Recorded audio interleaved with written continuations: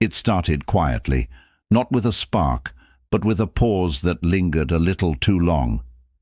He was sitting across from me in a small café tucked between old bookstores and flickering streetlights.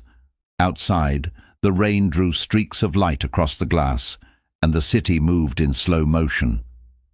I don't remember the song that played, only that his fingers tapped the rhythm on his cup, steady, calm, like he was trying to match the rain.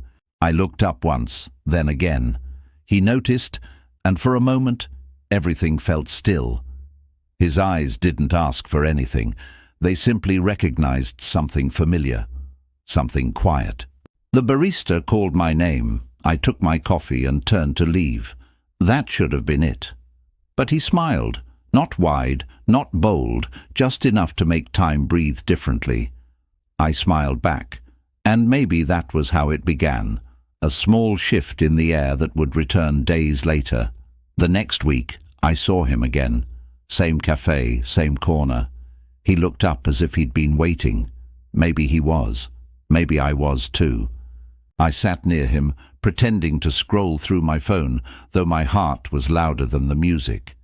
He leaned forward and said softly, "You came back." It wasn't a question. It was recognition disguised as warmth. And from there, we built something quiet. Morning coffees became our ritual, shared silences that spoke without effort, conversations that didn't need to go anywhere. He'd talk about work, movies, or nothing at all, and I'd listen, not for meaning, but for the peace in his voice. Sometimes we didn't talk at all. The silence between us wasn't empty, it was whole. The world outside rushed past, but inside that café, stillness was its own language. One evening, the café closed early. He offered to walk me home, and I said yes without thinking. The rain had stopped, leaving reflections on the pavement that shimmered like old memories. We walked side by side beneath quiet streetlights, our steps falling into the same rhythm. He talked about small things, his favorite bookshop, the smell of pages, the comfort of words. When we reached my door, he smiled and asked, "Same time tomorrow?" I nodded. That small nod carried more truth than any confession could. Days turned into weeks, and our coffees stretched into evenings. Sometimes we met without plans, sometimes just to share air.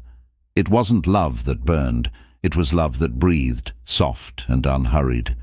It didn't ask to be defined, it just wanted to exist. One night, he placed his hand over mine, not to hold it, but simply to rest there. That small touch said everything we never dared to speak. It wasn't about needing someone. It was about finding peace in someone's nearness. That night, I couldn't sleep. Not from excitement, but from calm. It's strange how quiet joy can keep you awake. Connection doesn't always come with thunder. Sometimes it hums softly, like rain tapping on distant windows. He didn't fill an empty space in me. He reminded me I wasn't empty at all. That's what real connection does. It doesn't rescue you. It reminds you you're already safe. It lets you be seen without noise. Weeks later, we sat by that same cafe window again. Rain blurred the city lights, and the air smelled of coffee and peace. He asked, "Do you ever think about how it started?" I smiled. Every time it rains. He reached across the table. Our fingers brushed. Outside, umbrellas moved like small planets drifting through another universe. Inside, time forgot to move. There were no words, no declarations, just the rhythm of two quiet breaths. I don't know what love is supposed to look like, but I know what peace feels like. And that night, it felt like him. Calm, steady, familiar. It sounded like rain against glass. It breathed like air you never noticed until it was gone. We didn't promise forever. We promised presence. And that was enough. Because some connections aren't meant to be loud. They're meant to be lived, quietly. He still sits across from me sometimes. Different days, same corner. The world outside rushes, but inside, everything stays still. Coffee cools, music fades, and yet the calm between us never does. It's strange how peace can become a person, how a glance can turn into belonging. We didn't fall in love, we grew into it, slowly, naturally, like breathing.